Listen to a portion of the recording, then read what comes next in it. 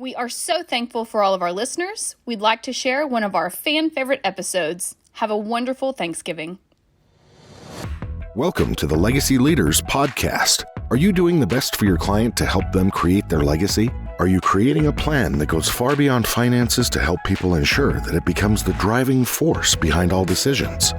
On this podcast, hosts Katie Beth Hand and Stan Miller will help you with growing your practice and your clients' peace of mind.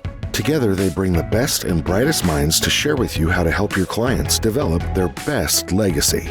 And now, here are your hosts, Katie Beth and Stan. Well, good morning, everyone. We are so excited to have you back with us. This is the Your Life, Your Legacy podcast with your hosts, Stan Miller and Katie Beth Hand.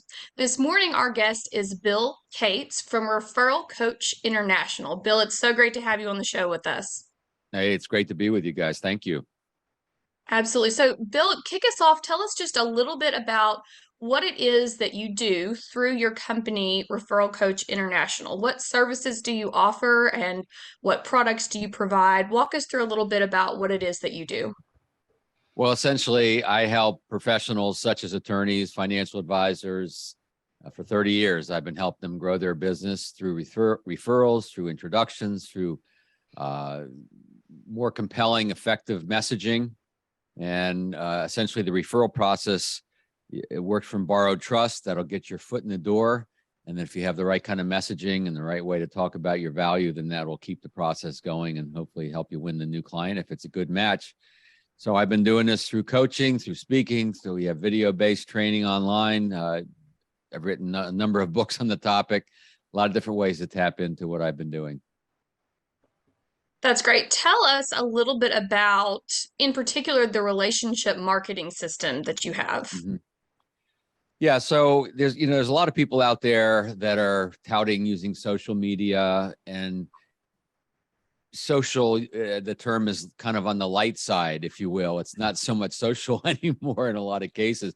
I had one guy interviewed for my own podcast called LinkedIn the New Cold Calling, because you can make cold messages out to people and it's not so social. So the bottom line is I look for the warmest path, the path of least resistance to build our business. So whether we're trying to go after a new market, we're trying to move up market in terms of the level of clients we're trying to serve, going after a niche of any kind, whatever it is, what is the warmest way to approach that? So I was coaching a guy earlier this week, and he's got this email campaign he's working on, and he's got this mailing postcard campaign working on. And I said, look, I'm not going to tell you to stop doing this, and I want to see how you're talking about what you do, but how does someone prefer to meet you? Do they want to meet you through an email campaign? Do they want to meet you through a postcard that comes in their mailbox? No, they want to meet you through someone else they know, someone else they trust. And so my last book, Radical Relevance, talks about the rules of relevance. And the number one rule is the easiest way, the fastest way to become relevant with someone who doesn't know you is to be introduced by someone they already trust. And so that's what I mean by relationship marketing. What relationships do you have in place? What are the warmest, the easiest path, the path of least resistance for your prospects and clients, as well as generally the path of least resistance for yourself? And so it could be referrals, introductions, could be social events with clients, appreciation events. There's a lot of different ways to use the principles, but that's the essence. That's great. Stan, I know you're brimming with questions. Why don't you jump in and ask Bill a few things that are on your mind? Please. One of the things that really struck me just on your website and your messaging is this idea that you don't have to spend hundreds of thousands of dollars to build a network, right? I mean, I was really attracted to the idea that the techniques that you teach don't necessarily require shoveling money at it, right? And so, right. And I think that seems to be almost a common myth these days, right? That you have to spend a lot of money to create brand awareness. Well, yeah, and I will say it depends a little bit in that when you're first starting out, for instance, and most people listening to this aren't first starting out, but if you are, or you have, a junior attorney, a junior advisor, then sometimes you do have to take advantage of some of those things. Sometimes you have to start out by buying some leads or by doing some other ways to stir the pot.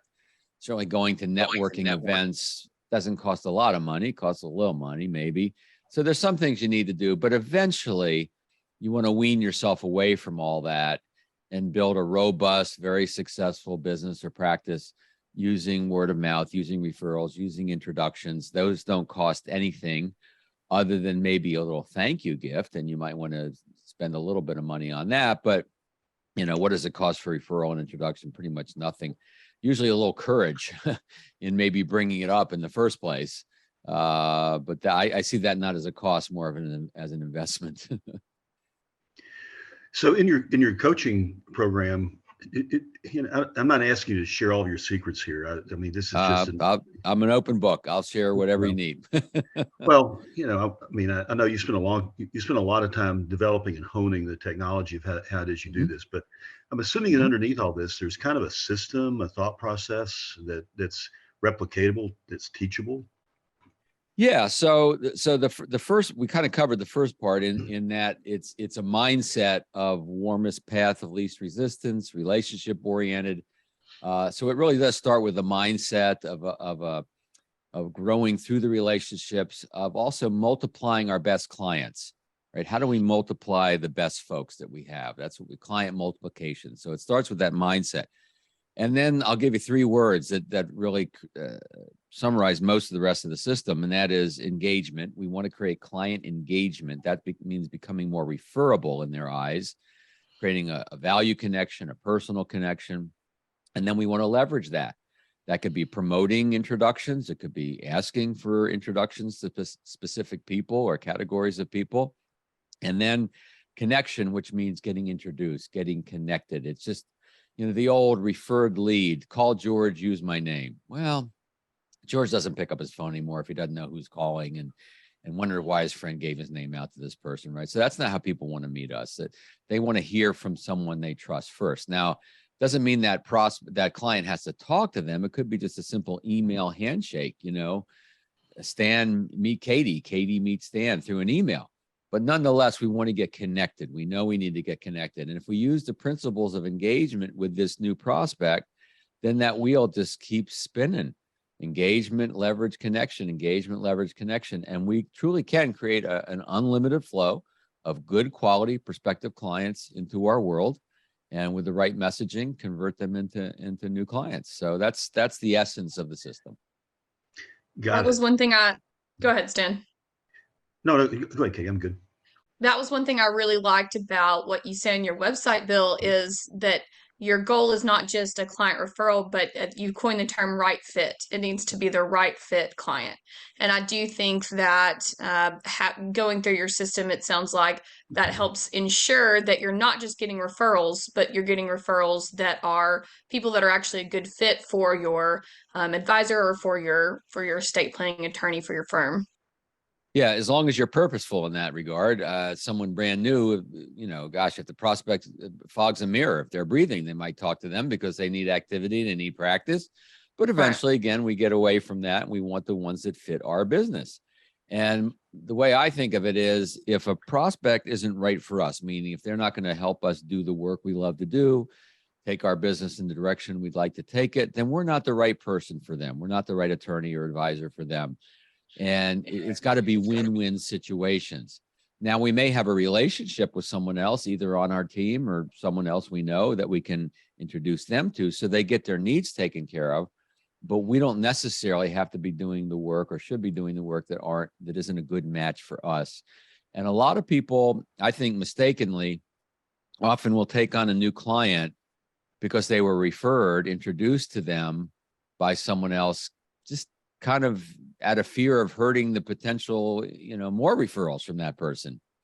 So it's important, if we want to work with just right fit clients, that we educate our clients, our centers of influence, whomever, with who we serve the best, for whom we do our best work, and how we'd handle it, what it would look like. And so they know if they send someone our way, we may or may not do the work with them. They're not too tied to it. They just think that person should be exposed to the work that we do. And so that way it makes it a little easier for everybody. So Bill, you've touched on this a bit already, but Mhm. tell me just looking at newbies, at amateurs, people who want to build their business. What are two or three of the bigger mistakes you see people making? Well, boy, there's a lot. So one of the first things is making the whole process a little too much about them and not the prospect. And here's what I mean by this: if you look at certain movies like Star Wars, for instance, use what they call the hero's journey.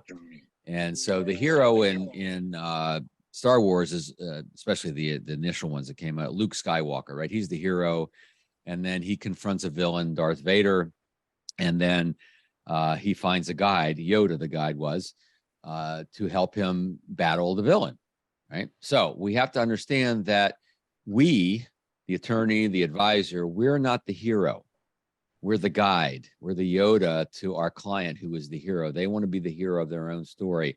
So where you see a lot of folks leading with their credentials, leading with their wisdom, their experience, that, all of that, their client list, you name it. That's not the way we want to approach new prospects. I'm not saying that isn't important. I'm not saying that people don't want to know that we have the credentials, the experience to serve them. They do. But first, we got to draw them in with a more empathetic message, understanding that we get a sense of them and where they are and what their concerns are and what their fears are. So that's one thing that, someone who's new, or even someone who's been doing this for 20 years, falls into this trap where we talk about what we know, which is ourselves, and we rarely make it about the prospect as much as we could. So that's one mistake. I guess the other one is just thinking that you have to wait a long time to become referable in a relationship. And the truth is you don't. Sometimes you can provide some value very quickly, even before someone becomes a client. You can teach, educate, keep them from making a bad mistake, help them recognize an opportunity that may or may not even need your help, right? We can bring value very quickly. And therefore, people they know should at least know about us. They should at least be aware of what we do and for whom we do it, et cetera. We're not asking them to say, hey, who else can we help with this work? Because they may not know whether that person needs the work we're doing for them. And the work we do for them may be different than what we do for their friend. But that friend, that colleague should at least know about us. They should be aware of us, and then we help people make educated decisions that are in their best interest.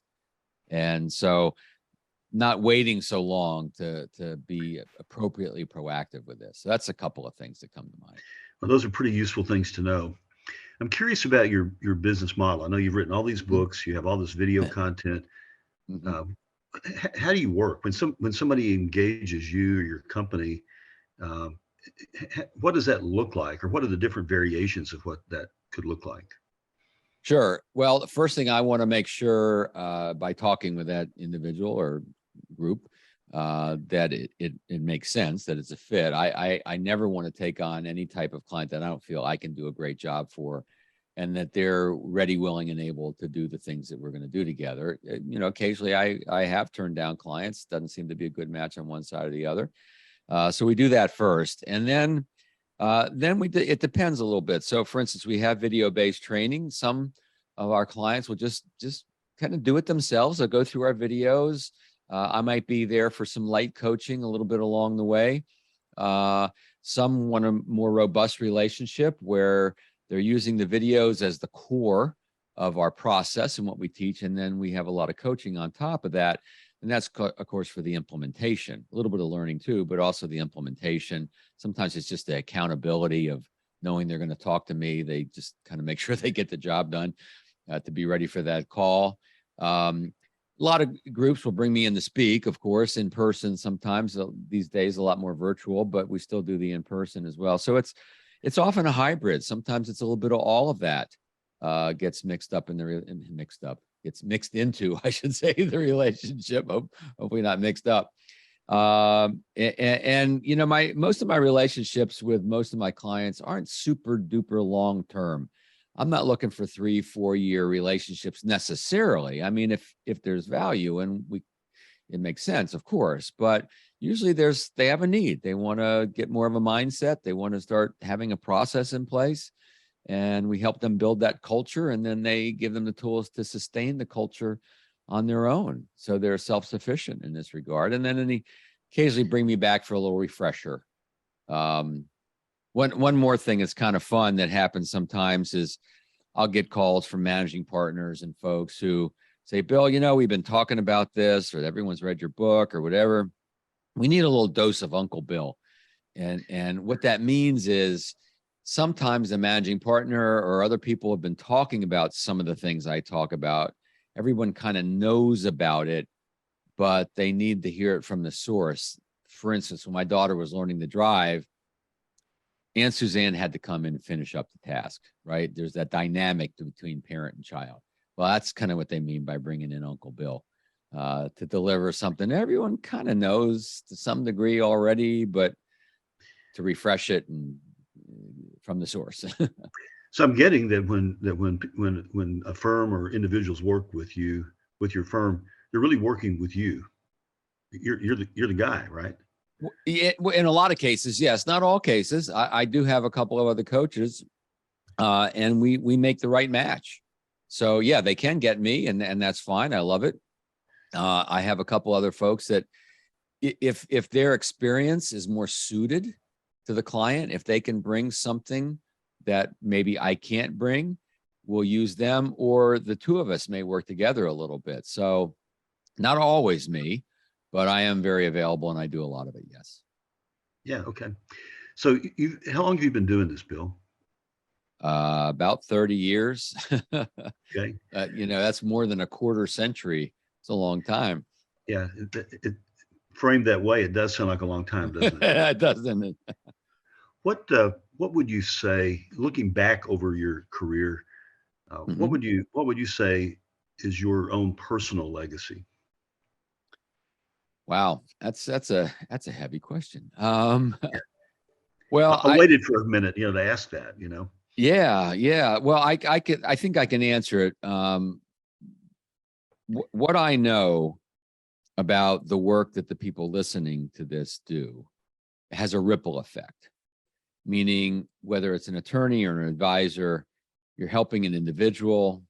That has a ripple effect on other people in the family, has a ripple effect on the legacy of, family after family after family, has a ripple effect on the employees of a business and then their families, right? So there's a ripple effect to the work that my audience, if you will, my clients do. And I know that, and I teach my staff this, whenever we do our retreats, we always remind this, that when we help attorneys, advisors reach more clients, then we're participating in that ripple effect. And so that really is my legacy and the legacy of the company, because I believe that everyone should have their financial house in order. They should have their estate planning in order. They should have financial planning in place. All of that should be there and constantly renewed when appropriate. And so because that's such important work, I've enjoyed being part of that, even if not directly. And I've got at least a couple more books in me. I know one I'm going to start writing fairly soon. And I've decided that I want to give all the royalties, all the revenue, I should say, from that book. I'm going to attach myself to some sort of a foundation that does financial literacy, financial education. It gives everyone the basics that they need to know about this sort of thing, to create financial dignity and help other people create wealth, whatever wealth means to them. So yeah, that's my legacy, if you will. Well, I totally connect with what you're saying, and I've given a pretty similar speech myself, on a number of occasions, and it clearly is about more than money. It is about money, but it is about money because that's where, financial security, your ability to put food on the table and do the things you want to do comes from. But once you have that, then you really do have to move up to, Maslow's pyramid to things that matter more for sure. Yeah. One thing that money does a lot. Obviously, we live in a world where it's just integral to whatever we do. I mean, money intersects with every aspect of our life. And one thing it does, one of many, is it helps us with more choices sometimes, right? Yep. It quote unquote buys us choices that we might not have if we didn't have that. And that's usually a good thing. Yeah, education, travel, expanded relationships, all those things. So Bill, if somebody wanted to get in contact with you, what's the best way to do that? Sure. Well, a few things. My website is referralcoach.com. My email is Bill Cates, not Bill Gates. We missed it by one letter and a few $billion. Bill Cates at referralcoach.com. And then I have a complimentary report, a guide. If people would like to, tap into what I do in a free, easy way, just go to exponentialgrowthguide.com, and it kind of encompasses a lot that I've been doing around referrals and introductions with some of my newer work around value proposition. And it's a nice glimpse into, and I think people will find it helpful as well. Yeah, terrific. Katie? That's great. All of my questions are answered for you, Bill, and I really appreciate you taking the time to talk with us today. Is there anything else that we didn't cover that you would like to tell our listeners? No, the only other thing is, look, whatever we accomplish in life, business, it all pretty much boils down to confidence, how we feel confident about something, and maybe clarity and confidence, right? When we feel clear about the next step, then we can usually be confident about the next step. So that's what I help my clients do. And that's what I encourage people to do, to find coaching, find study groups, find other people, because sometimes we can get clear on our own, but most of the time, as my friend says, it's hard to see your picture when you're in the frame. And so just to reach out to others like you guys, me, others out there that can help you get clear and then confident, learn a process, practice it. And that's what will take it to the next level is the clarity and the confidence. Clarity and confidence. I love that. Well, thank you so much, everyone. You've been listening to the Your Life, Your Legacy podcast with your favorite hosts, Stan Miller and Katie Beth Hand. Our guest today was Bill Cates. You can find out more about what Bill does on his website, referralcoach.com, and we'll also link additional information in our show notes. We'll see you next week. You've been listening to the Legacy Leaders Podcast with Katie Beth Hand and Stan Miller. For more information on them and the show, please visit pinnaclelegacylaw.com. If you like what you've learned today, do share the program with your friends and subscribe wherever podcasts are found.